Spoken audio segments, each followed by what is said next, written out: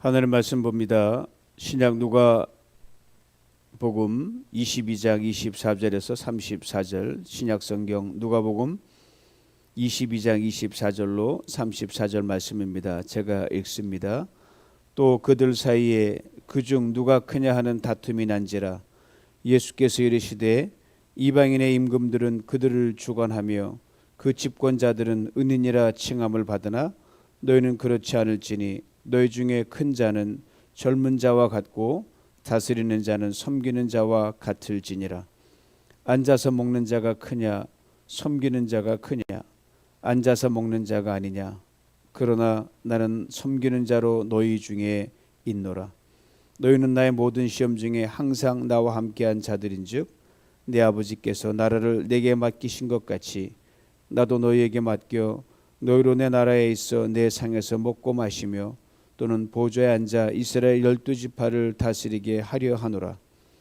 시몬아 시몬아 보라, 사탄이 너희를 밀가부르듯 하려고 요구하였으나 그러나 내가 너를 위하여 내 믿음이 떨어지지 않기를 기도하였노니 너는 돌이킨 후에 내 형제를 굳게 하라.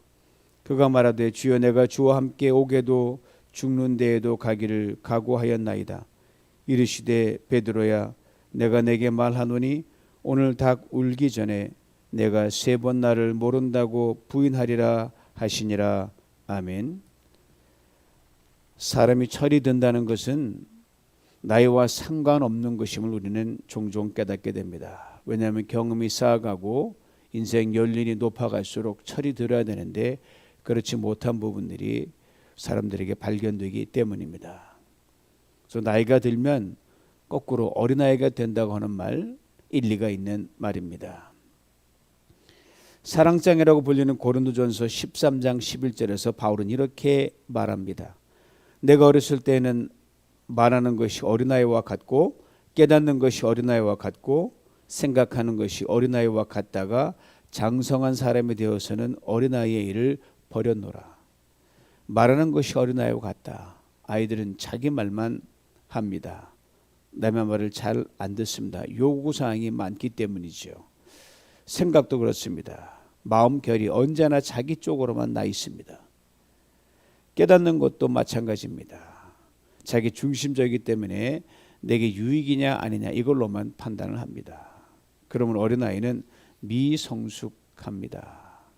여기서 장성한 사람이란 말의 뜻은요, 결혼하여 가정을 이룬 남편이란 의미가 그 안에 담겨 있습니다. 그래서 우리는 이런 말 하잖아요.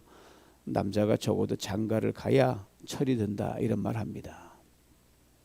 오늘 본문에 우리가 주의해 볼 단어가 버렸다라는 단어입니다.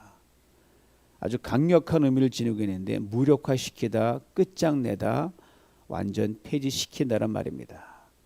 즉 노예 폐지처럼 나에게서 어린아이적 요소를 완전히 제거한다는 말이 이 바울이 사랑장에서 말하는 버렸다는 의미입니다.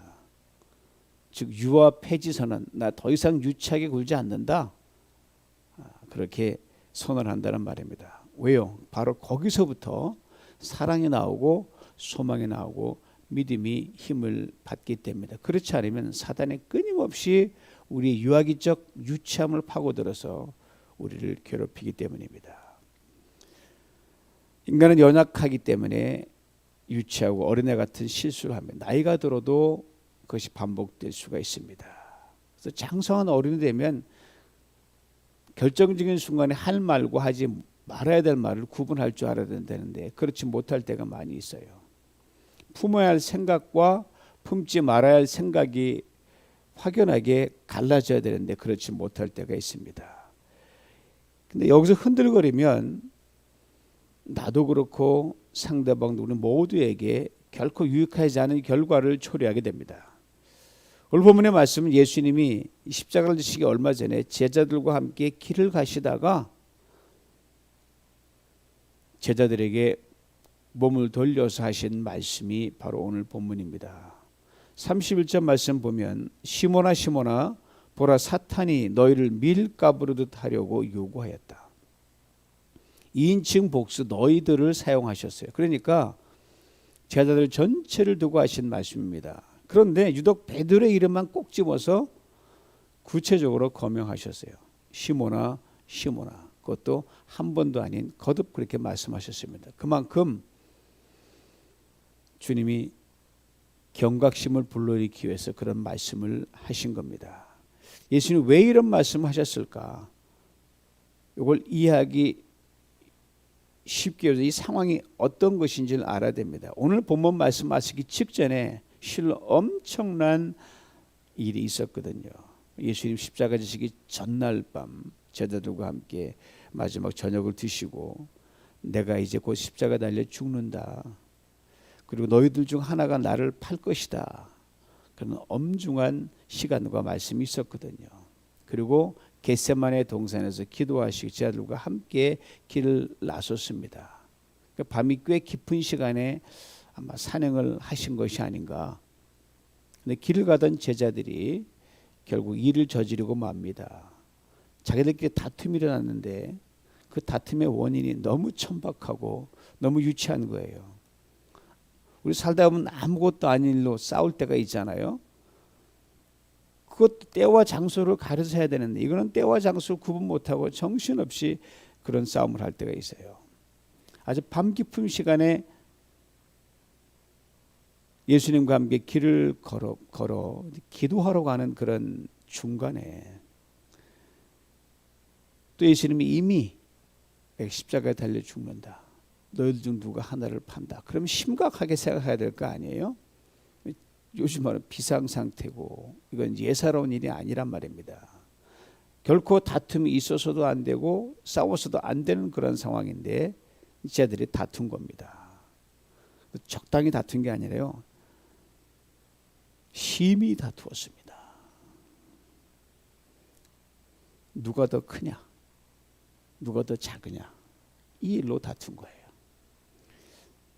뭐 예수님이 이제 십자가에 달려 돌아가신다고 했으니까 예수님 사후에 누가 예수님의 킹덤을 리드할 사람인가 이걸 놓고 다툰 것 같아요. 예수님은 안중에도 없습니다. 지금 주님이 당신의 죽음을 놓고 얼마나 번뇌하고 계시는지 그들은 이만큼도 생각을 하지 않았습니다. 아마도 이 제자들의 다툼에 앞장섰던 사람이 아마 베드로가 아니었던가 생각합니다. 3년여간 함께 지내면서 나름대로 인정받고 넘버원이라고 하는 그런 인식을 가졌던 베드로였기에 그리고 나이도 제일 많았어요. 경험도 많고 사회생활도 많이 했고 다 목소리가 크고 저돌적이고 감정의 변화가 심하고 거친 사람이었습니다. 다른 제자들이 저마다 목소리를 내자 이 베드로가 그런 면에서는 자기를 제쳐두고 자기 외에 그런 말 하면 좋은데 서로 자기를 포함해 누가 더 크냐 작으냐 따지니까 베드로가 많이 격앙되었던 것 같아요. 저 앞서가신 예수님의 귀에 그들이 싸우는 소리가 들린 겁니다. 베드로 목소리가 제일 컸던 것 같아요. 참다 못해 길을 멈추시고 돌아서서 제자들에게 이렇게 말씀하신 겁니다. 무엇이 크고 작은 것인지 누가 큰 자와 작은 자인지를 분명히 말씀하셨어요. 그리고 예수님 자신에 대해서 이렇게 말씀하십니다. 27절 뒷부분이에요. 나는 섬기는 자로 너희 중에 있노라.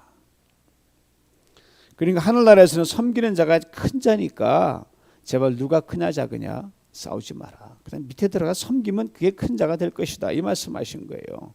그리고 베드로에게 씩씩거리는 베드로에게 시몬아 시몬아 보라 사탄이 너희를 밀가부르듯 하려고 요구하였다. 두 번 부르셨어요. 시몬이란 베드로의 원래 본명입니다.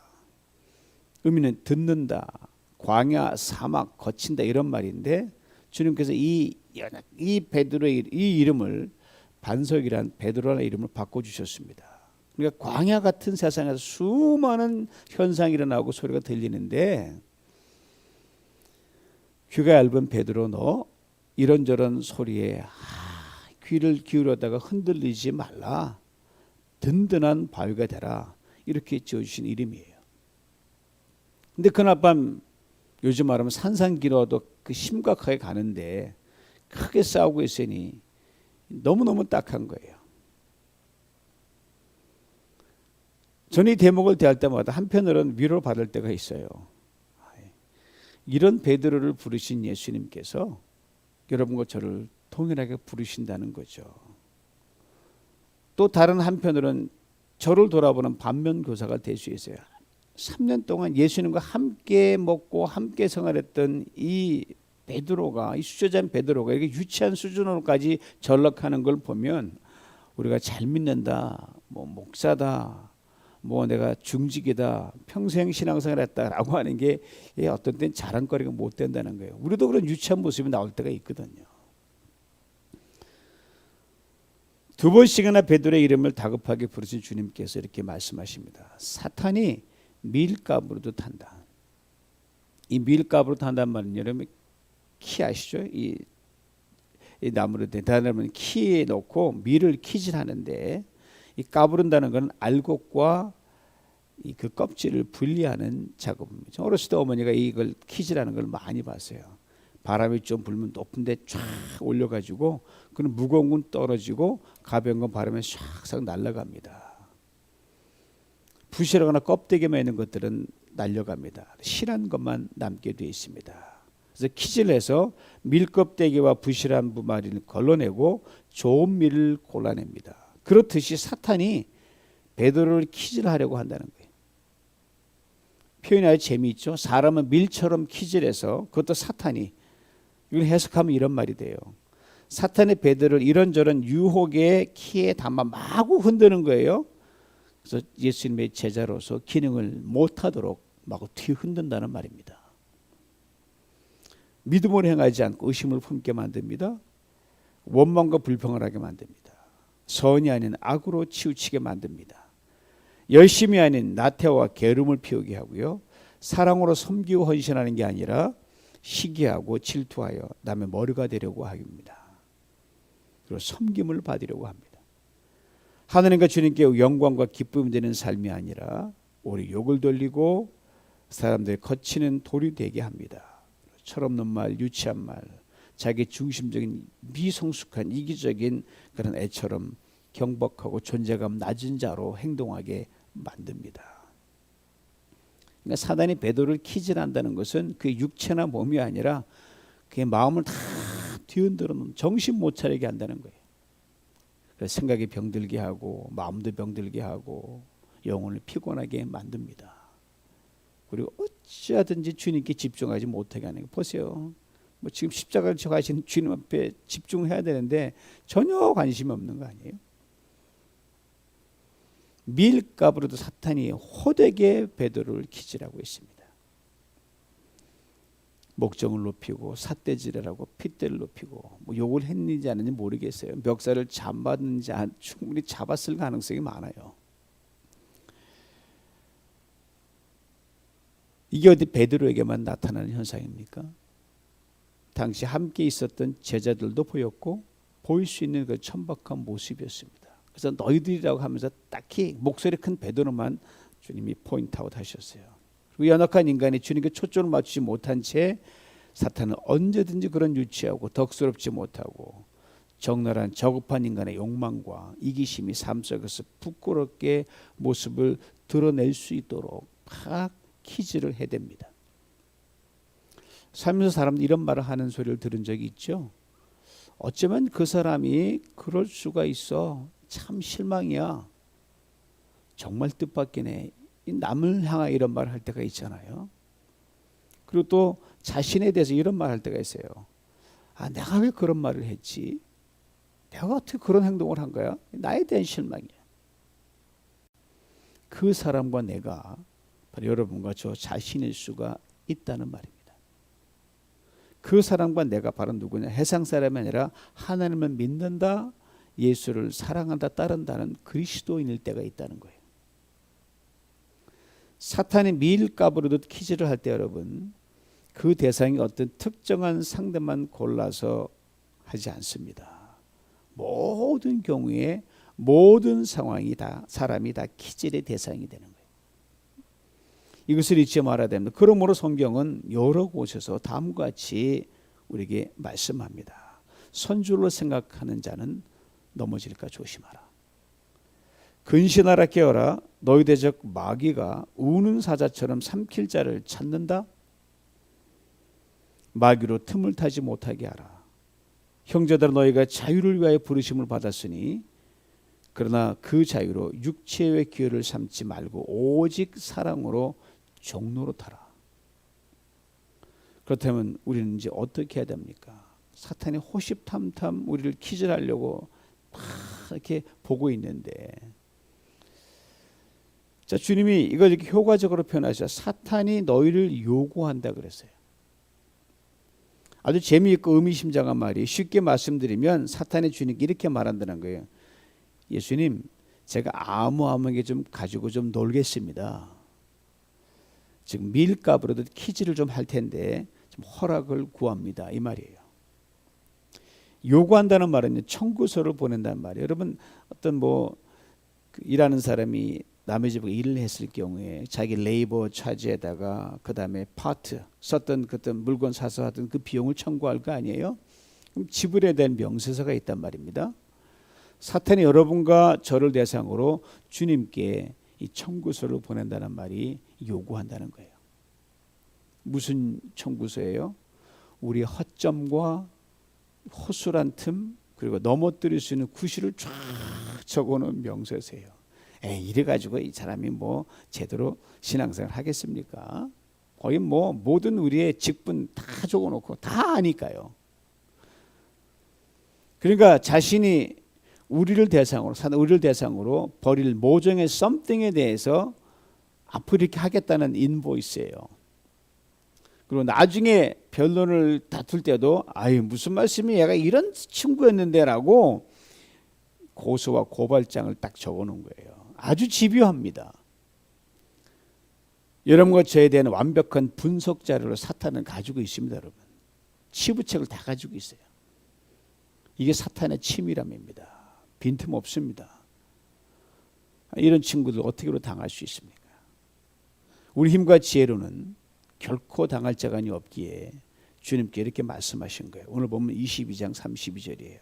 그러나 사단이 너희를 막 내게 요구서 갖고 와가지고 흔들어 놓겠습니다, 허락해 주세요 라고 할지라도 내가 너를 위하여 내 믿음이 떨어지지 않기를 기도하였도다.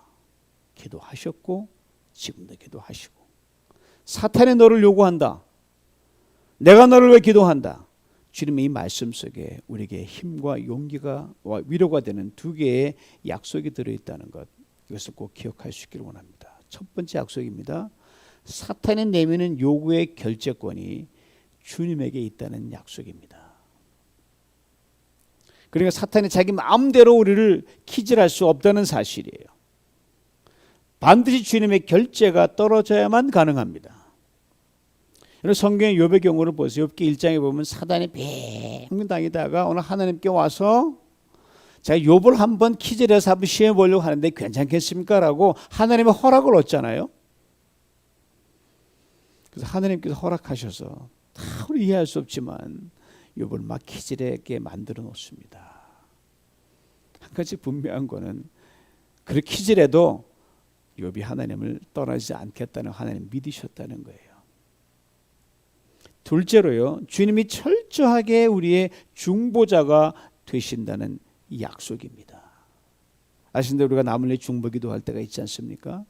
가장 힘든 부분 중 하나가 뭐예요? 기도하는 대상에 대해서 자세히 모를 때예요. 모르면 뭘 하지? 이게 아주 잘 감이 안 잡힐 때가 있어요. 그래서 기도 제목을 나누는 거예요. 두리뭉실하는 건 별로 좋지 않습니다. 정확하게 핀셋으로 꽂듯이 이렇게 그래야 그 기도에 힘이 실릴 수 있는 거예요. 그죠? 나는 기도 제목 간절히 기도할 뿐이에요. 대상과 좀 더 친밀한 관계일 때는 기도가 더 힘이 들어갈 수밖에 없습니다. 그런데 받아든 기도 제목을 놓고 기도하는데 여러분, 제가 한 번도 보지 못한 사람의 경우가 있어요. 그런데 기도가 마치 사진 찍듯이 선매 그 사람 형편에 대해서 기도가 막 나올 때가 있어요. 저도 모르게. 저는 깜짝 놀랍니다. 성령께서 아주 구체적으로 제 기도를 도우시기 때문입니다. 여러분 이런 체험을 분명히 하셨을 거예요. 일개 목사인 제가 그럴 수 있다고 하면 우리를 지으신 주님께서 우리를 위해 중보하시는데 그 영향력과 결과와 정확도는 두말할 필요가 없습니다.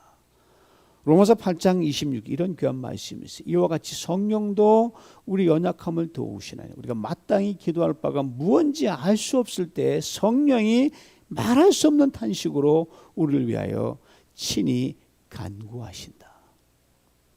얼마나 귀한 말씀인지 몰라요. 우리의 모자란 부분 주님이 도우실, 그러면 끝없이 기도를 하는 거예요. 주님이 우리를 위해 무엇을 중보하실까요?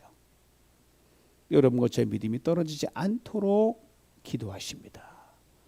우리가 생각하는 문제 해결, 치유, 회복 같은 것들은 믿음이 떨어지지 않으면 그 안에서 다 소화되고 이해되고 풀리기 때문입니다. 사실 신앙인인 여러분과 저의 가장 큰 관심이 뭡니까? 어떤 상황에서도 우리가 하나님을 그대로 믿습니다. 당신을 신뢰합니다. 이겁니다. 이 말씀을 하시면서도 주님은 베드로가 사탄의 기질로 또 넘어지고 흔들릴 연약한 존재라는 걸 그대로 인정하셨어요. 32절 뒷부분이에요. 너는 돌이킨 후에 내 형제를 굳게 하라. 돌이킨 후에란 말을 단도직입적으로 말씀드리면 사탄의 기질을 당한 후에란 말이에요. 베드로가 사탄의 기질로부터 결코 자유할 수 있는 존재가 아닌 것을 주님이 정확하게 지적하셨습니다. 동시에 거기서 넘어지지 않고 돌이키는 존재가 바로 베드로라는 것도 인정하셨습니다. 누가 그날을 놓고 심히 다투었던 베드로입니다. 높아지려는 베드로의 인간적인 욕망을 사탄이 키즈라는 요구소로 삼았습니다. 이것을 통해 주님은 베드로가 이제 형제를 경쟁자로 삼아 시기하고 넘어뜨리고 다투는 대상이 아니라 세워주는 존재임을 깨우쳐 주셨습니다. 근데 그걸 어쩝니까? 베드로가 주님의 이 말씀을 참으로 또 무색하게 만드는 대목이 있습니다. 주님의 말씀이 떨어지면 무섭게 베드로가 이렇게 말합니다. 33절이에요. 주여 내가 주와 함께 오게도 가고 죽는 데에도 가기를 각오했습니다. 그 말 자체는 아주 훌륭하죠. 함께 죽겠다는데 이것처럼 위로되는 게 어디 있어요? 자신감은 또 얼마나 충만합니까? 이만한 열심을 토해냈다는 것만 자체만 봐도 넘버원 제자임에 손색이 없어요. 너무 장담이 큽니다. 그것이 무엇을 담보해야 되는지 베드로는 아마 깊이 생각했어야 했습니다. 이것을 이거로 우리는 믿없는 장담, 호언 장담이라고 그러죠. 베드로가 자신의 힘을 의지했던 결과입니다. 호언 장담은요, 내 힘을 의지할 땐 뭐든지 다 할 수 있습니다. 이렇게 믿없는 장담을 하는 베드로에게 주님이 아주 찬물을 끼얹듯 이렇게 말씀하셨어요. 오늘 마지막 34절이에요. 베드로야 내가 내게 말하노니 오늘 다 굴기 전에 내가 3번 나를 모른다고 부인하리라. 주님 말씀대로 그대로 예수님 잡혀가신 주님을 3번 부인했던 게 베드로입니다. 베드로가 내뱉은 이 감당할 수 없는 큰 장담을 사탄은 여지없이 베드로를 밀가부로 기절하려고 하는 첩경으로 삼았어요. 얼마나 좋은 찬스예요. 허점이 딱 드러나니까. 이처럼 또 넘어지고 기절을 당하는 연약한 인간 실존의 베드로라는 것 다 아시는 주님께서 이 호언 장담하기 전에 이렇게 말씀하신 거예요. 너는 돌이킨 후에 내 형제를 굳게 하라. 연약함을 인정하셨고 이 연약함을 일어날 베드로도 인정해 주셨습니다. F.W. 크롬마우 목사님은 주님의 이 말씀을 베드로가 후에 깨닫고 이렇게 고백했을 것이라고 적고 있습니다. 내게 일어날 일을 주님은 말씀하셨습니다. 내가 그의 경고를 받지 않으면 아셨음에도 불구하고 그는 나를 거절하지 아니하시고 오히려 부드럽고 자비롭게 전처럼 나에게 말씀하셨습니다. 너는 돌이킨 후에 내 형제를 굳게 하라. 그렇습니다. 주님은 우리가 사단의 기질 앞에 얼마나 나약한 존재인가를 잘 아십니다. 그러기에 돌이키도록 우리를 위해 중보하시겠다고 약속하셨습니다. 그리고 형제를 굳게 하라는 사명을 또 맡기십니다. 예수님을 보기 좋게 3번씩 부인한 베드로, 훗날 그는 이 뼈저리게 아픈 배신의 트라우마를 자신의 믿음을 끊임없이 고추 세우는 발판으로 삼았습니다. 전해진 전설에 의하면 베드로는 일생 동안 새벽에 닭이 울 때마다 눈물을 흘리며 회개했다고 합니다.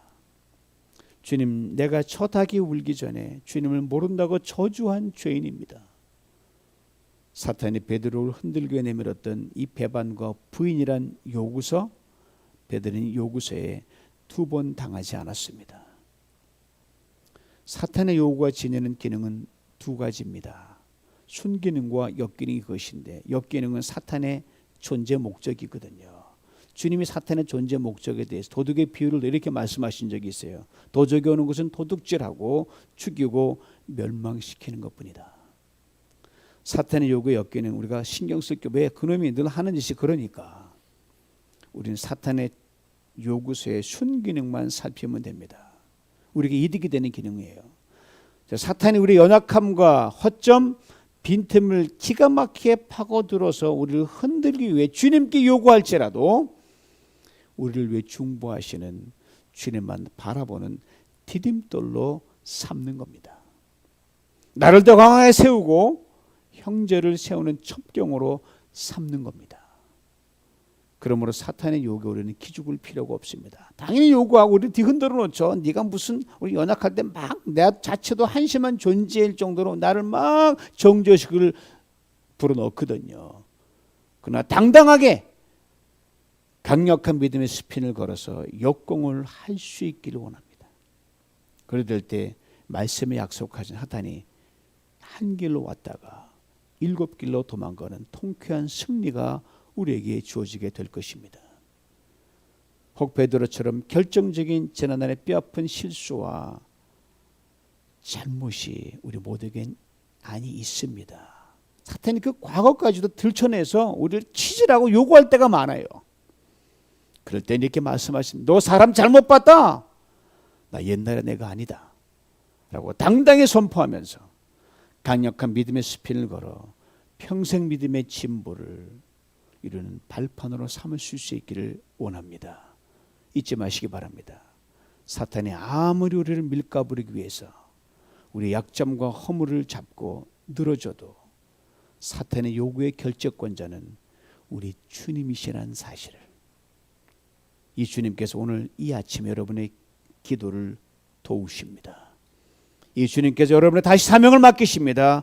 형제를 세우라. 이 아침에 사탄의 요구를 2발로 밟고 주님께 기쁨이 되고 사람들에게 용기를 주고 위로를 주고 소망을 주며 세워주는 믿음의 신실한 성도님 다 될 수 있기를 주님의 이름으로 축원합니다. 하느님 아버지, 우리의 삶이 만만치 않다는 것 우리가 압니다.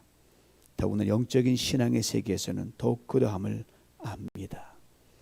하느님, 사단은 우리가 보지 못한 우리의 결점과 약점과 허점을 너무도 잘 알고 치부책을 가지고 주님께 끊임없이 우리를 밀가부를 달려고 요구합니다. 하느님, 나를 볼 때 사단 앞에서 우리를 볼 때 연약하고 흔들리는 갈대처럼 보이나 이 우리를 그 밀가부른 어떤 유혹 속에서도 다시 부르시고 건지시사 형제를 세우는 존재를 세우심을 믿습니다. 이 주님 의지하고 우리의 과거의 모든 연약했던 모든 부분, 오늘의 허물까지도 주님 그 앞에 주눅들지 당당히 서서 내가 하나님 사명 담당하는 자로 갈 것입니다라고 선포하며 승리하는 우리 모두가 되게 하여 주시옵소서. 예수님의 이름으로 기도하옵나이다. 아멘.